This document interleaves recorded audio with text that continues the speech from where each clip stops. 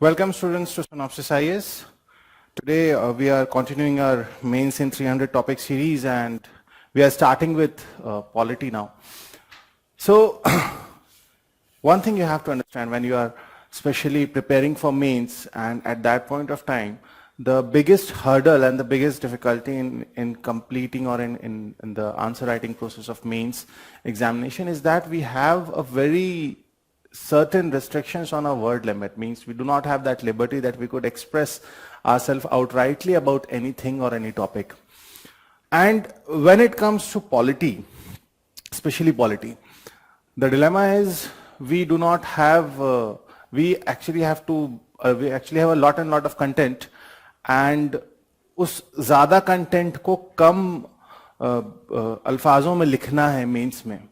और ये एक बहुत बड़ा प्रॉब्लम आता है पॉलिटी में, क्योंकि पॉलिटी में आपके पास कंसेप्ट भी है और जब आप उस फंडामेंटल राइट्स की बात कर लो या आप आर्टिकल से रिलेटेड बात कर लो या आप फिलॉसफी ऑफ कॉन्स्टिट्यूशन की बात कर लो तो वो एक स्टैटिक पार्ट है. और at the same point of time हमारे आसपास बहुत सारे ऐसे इवेंट हो रहे होते हैं जो उन पर्टिकुलर फिलॉसफी से या उन particular issues of the parts of the constitution है उससे रिलेटेड हैं. तो अब यहाँ पे जो प्रॉब्लम आती है खासतौर पे पॉलिटी में वो यही आती है कि आपके पास दोनों चीजें हैं और लेकिन या तो हमारे पास वर्ड लिमिट 150 वर्ड्स की है या 250 वर्ड्स की है. अब इस सिचुएशन में किस तरीके से डील करना है? Now you have to make a balance. आपको बहुत ज्यादा अपना जो वर्ड आपके जो आंसर का पार्ट है वो बहुत ज्यादा स्टैटिक पार्ट के ऊपर ना ले जाते हुए कि या जस्ट फॉर एग्जांपल अगर फ्रीडम ऑफ एक्सप्रेशन पे कुछ आ रहा है या आपका क्वेश्चन जो है वो सेक्युलरिज्म, जैसे आज हम पहला टॉपिक जो आज हम डील करने वाले हैं वो सेक्युलरिज्म है. तो सेक्युलरिज्म में अगर हम डील कर रहे हैं तो हम ये ना हो कि हम article 14, 15, 16 then from 25 to 30 and then article 51 में फंडामेंटल ड्यूटीज में जहाँ रिलीजियस हार्मनी की बात हो रही है हम सारे लिखने बैठ जाएं. That is not possible and if you will do that you will not be able to address the real demand of the question.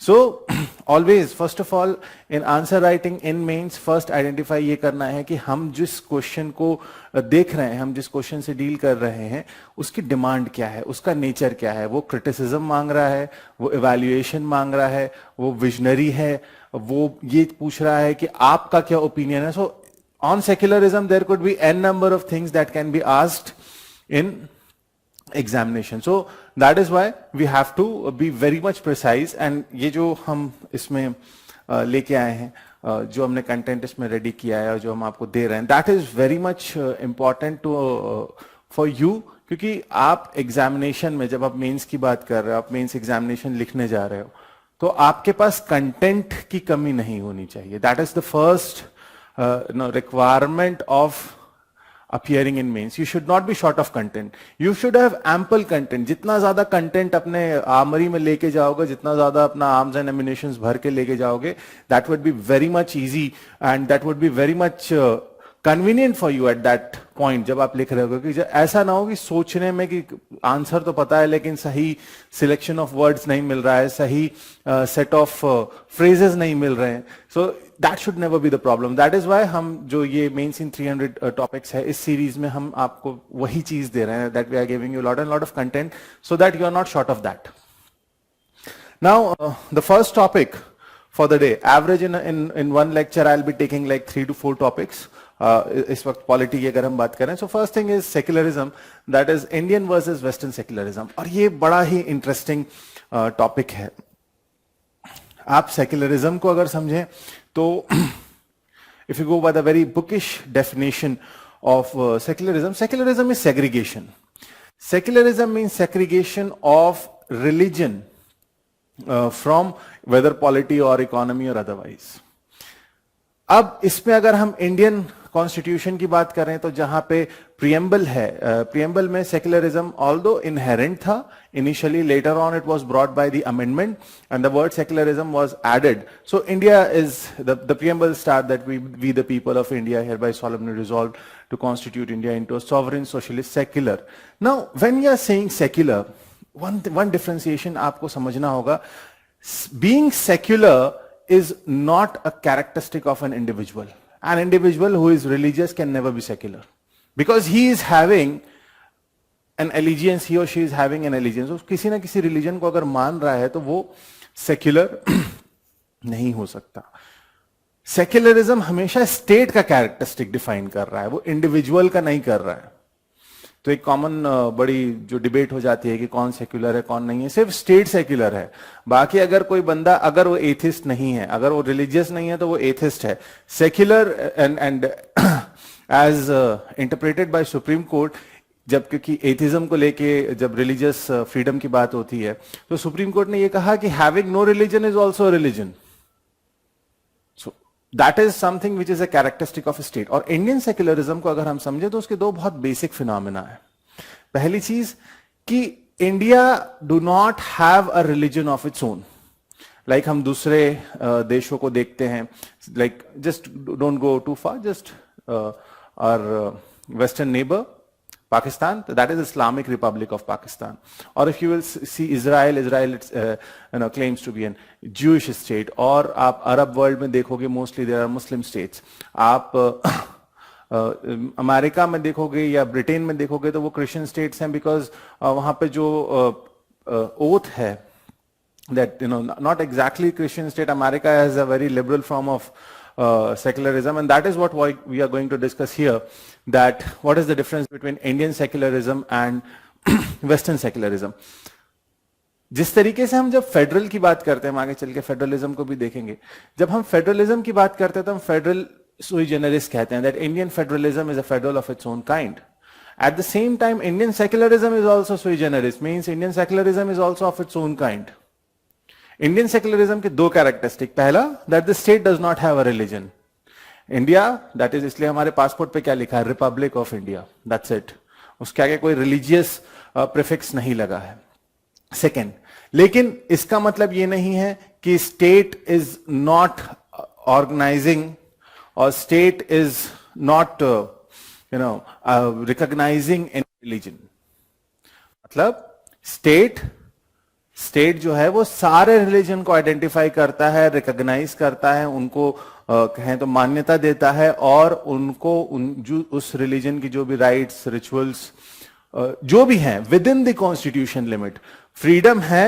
लेकिन वो रिलीजियस फ्रीडम किसी भी पॉइंट ऑफ टाइम पे, constitution which is the supreme law of the land, उसके beyond नहीं जा सकती. Religious freedom है, लेकिन अभी आप किसी भी रिलीजन को देखोगे तो उसकी जो भी प्रैक्टिसेस हैं, उसके जो भी प्रोपगेशन से रिलेटेड हैं या जो भी प्रैक्टिसेस हैं, they are not beyond the constitutional limit which is the supreme law of the land. So we as the citizen we are free to follow any religion. और ये इनफाइनाइट है. मेरा फ्रीडम ऑफ रिलीजन जो मिला हुआ है constitution से, वो कहता है आज मैं एक रिलीजन को मान रहा हूं, ठीक है, कल मैं उस रिलीजन को नहीं मान रहा हूं, एक्सेप्टेड. परसों मैं किसी और रिलीजन को फॉलो कर लूं, accepted. So this is the degree of freedom of religion that has been granted to us by the constitution, और that is what is inherent in the secularism of India. Within religion कोई distinction नहीं माना जा रहा. Within religion there is nothing like no class distinction, whether on the basis of caste, creed, religion, or anything. So we do not identify. The state, at the same time, cannot compel to anyone कि आप जो है इस particular religious purpose के लिए tax दीजिए. The state cannot compel anybody to pay taxes. And the freedom of conscience. Now, when we are saying that we are talking about the freedom of conscience, so we have this right to freely profess, practice and propagate any religion. और conscious का मतलब होता है जब means आपको सिर्फ outer freedom नहीं है, आपको inner freedom भी है. Because religion ultimately it's an individual matter, it's a personal matter. और उसमें जब तक आप अपने इनर विल को, अपने इनर कॉन्शियस को कैरी ऑन नहीं कर रहे हो, रिलीजन का पर्पस, जो फिलोसॉफिकल पर्पस है, वो कहीं ना कहीं डिफीट हो जाता है.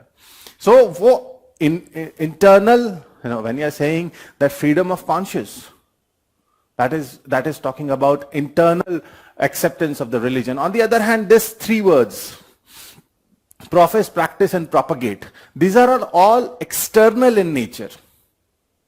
ये बता रहा है कि प्रोफेस, आप उसको स्पेल आउट करोगे, आप उसको बोलोगे, आप उसको maybe if someone is changing a religion then a press notice. So that is that profession, that professing I am professing this particular religion is external.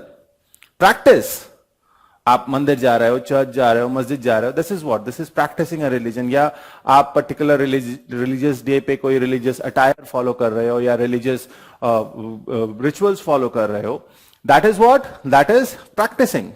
Again an external stuff. Propagation, अब यहां पे बड़ा, ये थोड़ा सा एक controversial term आ जाता है प्रोपगेशन, क्योंकि यहीं पे जो है फोर्स्ड कन्वर्जन और ये सारी चीजें इसमें आने लगती हैं और वहां पे कॉन्स्टिट्यूशन के लिमिट्स के बारे में भी बात होने लगती है कि क्या ये प्रोपगेशन ऑफ रिलीजन एब्सोल्यूट है? नहीं. No one can compel anyone to follow or profess any other religion. Propagation allowed है. Here this propagation does not amount to forced conversion. No one can be compelled to do that. क्यों? Freedom of religion है. मैं किसी religion को मानूं, किसी religion को नहीं मानूं, या मैं किसी भी रिलीजन को नहीं मानूं, this is all part of my freedom of religion. Now this was Indian concept, and how we differ it from the secularism that is being followed or that is being practiced in the West. So जैसा मैंने starting में कहा कि जब हम secularism कह रहे हैं तो वो डिफाइन कर रहा है वर्ड सेग्रीगेशन या सेपरेशन को. बिल्कुल अलग है. कोई उसमें मिक्सिंग नहीं होगी. किसकी मिक्सिंग नहीं होगी? स्टेट की मिक्सिंग नहीं होगी और रिलीजन की मिक्सिंग नहीं होगी. There is nothing mixing of that. And they have their different spheres. वो बिल्कुल अलग हैं और उनका आपस में भी कोई इंटरवेंशन या कोई इंटरवीनिंग नहीं होगी in the affair of each other. No one will interfere, no one will intervene in their religion. Means यहां दो एंटिटी, कौन कौन सी दो एंटिटी हैं? State. Now for state we can refer to the same definition of state which is there in referring to article 12 of the constitution. The same definition of the state. Religion, इन दोनों को western model of secularism में इन दोनों को अलग किया गया. हमने कहा कि ठीक है, हम सेपरेशन तो है लेकिन हमने एक ब्लैक एंड व्हाइट सेपरेशन नहीं किया. Means we did not had a wall of separation between religion and state, either in law और इन प्रैक्टिस. क्योंकि अगर ये वॉल आ जाती, India was a diversified country and is a diversified country, and I'm using was because I'm referring to the time when constitution was being framed. किसी भी एक language को, किसी भी एक रिलीजन को, किसी भी एक कास्ट को, किसी भी एक कल्चरल या सोशल ग्रुप को हम सुप्रीम नहीं कर सकते थे क्योंकि देश इतना ज्यादा डाइवर्स था.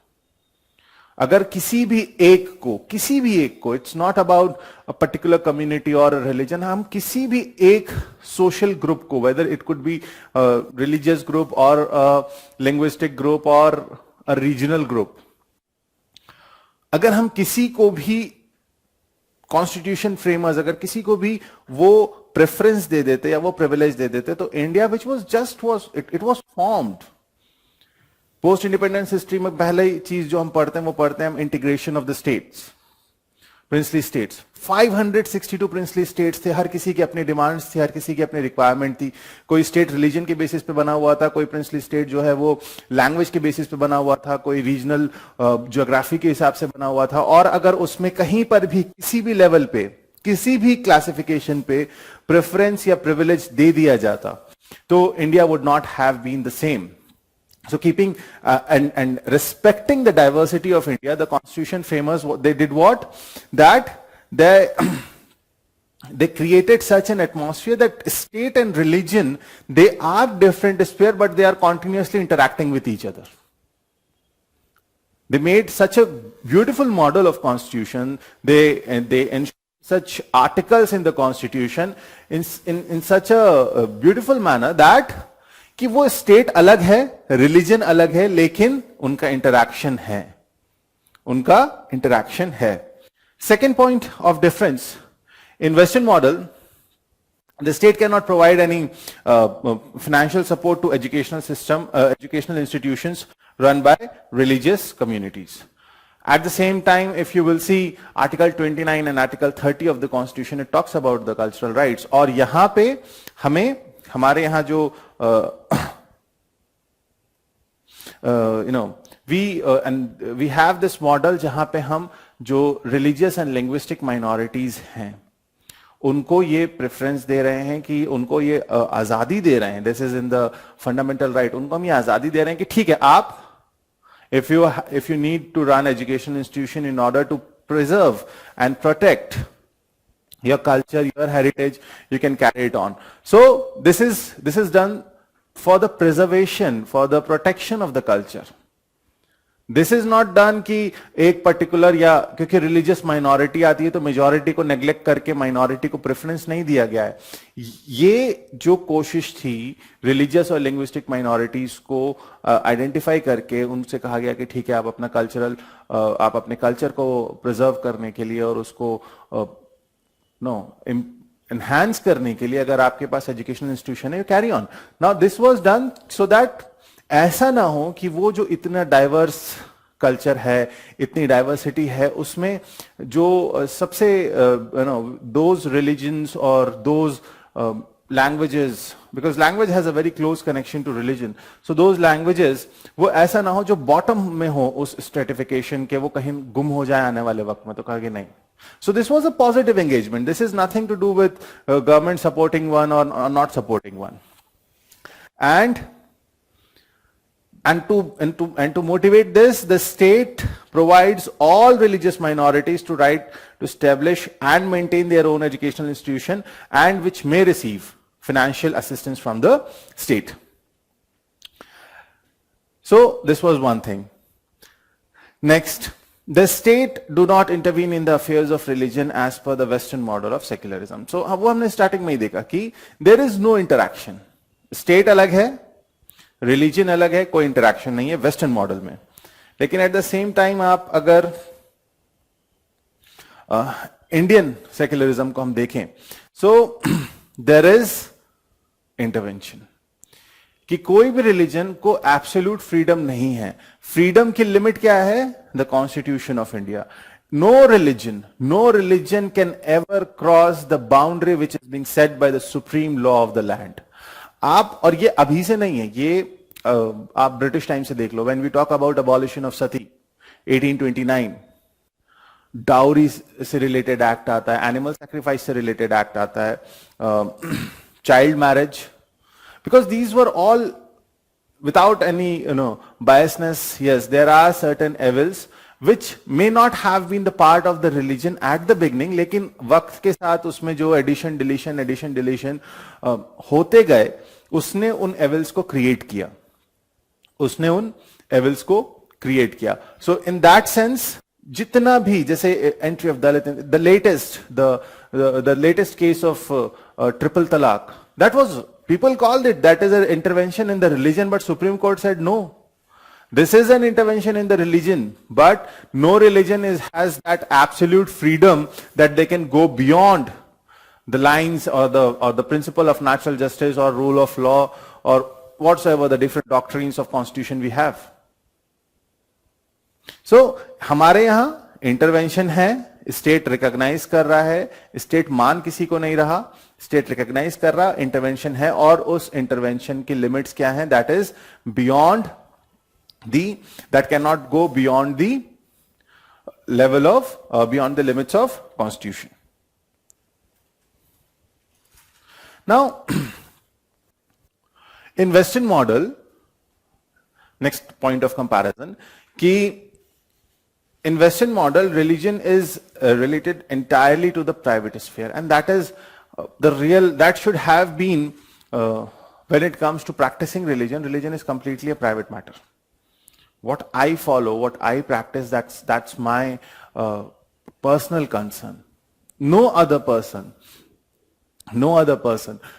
should have any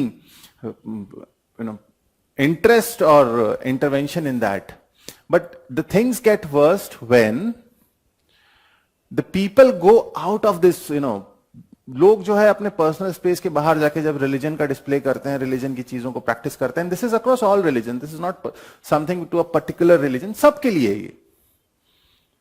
वहां प्रॉब्लम आती है, जब पब्लिक डिस्प्ले पे आते हैं वहां पे इशू आता है. But so in west there is a complete religion is private issue, or whenever there is a draft of any public policy, it is prohibited on the grounds of religion, that no public policy will be allowed, or or there should be no use of or no interest of religion in that. But हमारे यहाँ ऐसा नहीं है. हमारे यहाँ हम, क्योंकि हमारे यहाँ religion को is as important as as oxygen in atmosphere. In Indian society, religion is having that importance. Without religion, n number of things, मतलब सबसे पहली चीज तो बहुत सारी छुट्टियां खत्म हो जाएंगी साल की अगर हमारे यहाँ रिलीजन नहीं हो. तो रिलीजन बहुत ही ज्यादा अंदर तक है, सोसाइटी के फैब्रिक में बहुत ज्यादा इंटरवीन्ड है. तो उसका ख्याल रखते हुए, उस चीज को एड्रेस करते हुए, हमारे यहाँ पॉलिसी जैसे रिलीजियस एंडाउटमेंट्स हैं, टेम्पल ट्रस्ट होते हैं, वक्फ बोर्ड्स होते हैं, और भी ऐसे इंस्टीट्यूशंस हैं, माइनॉरिटी कमीशन है, टेम्पल ट्रस्ट्स हैं. ये सारी चीजें जो हैं इनको गवर्नमेंट रिकॉग्नाइज भी करती है, और गवर्नमेंट इनको and then they are the part of the policy. So to sum up, despite the fact that most of our features, and even somewhere the term secular, we have borrowed it from the West. Despite of that, we have developed, so constitution जो है वो static है. हमने अपने आप को develop किया है, हमने अपने कॉन्स्टिट्यूशन को स्टैटिक नहीं रखा. तो कॉन्स्टिट्यूशन जो है वो क्या है, वो स्टैटिक है, लेकिन कॉन्स्टिट्यूशनलिज्म जो है वो डायनेमिक है. और यही ग्रोइंग कॉन्स्टिट्यूशनलिज्म है जो इंडियन कॉन्स्टिट्यूशन की जो फ्लेक्सिबिलिटी है उसको रिप्रेजेंट करता है. वो कहता है कि आप वक्त के साथ बदल सकते हो, आप सोसाइटी की जरूरतों के हिसाब से बदल सकते हो. So this was about a comparison between the secularism of India. No doubt हमने उसको वेस्ट से ही ऑप्ट किया है, वेस्ट से ही बोरो किया है, लेकिन फिर हमने उसका इंडियनाइजेशन किया. And this was the comparison between the secularism of West and secularism, or what we call as Indian secularism.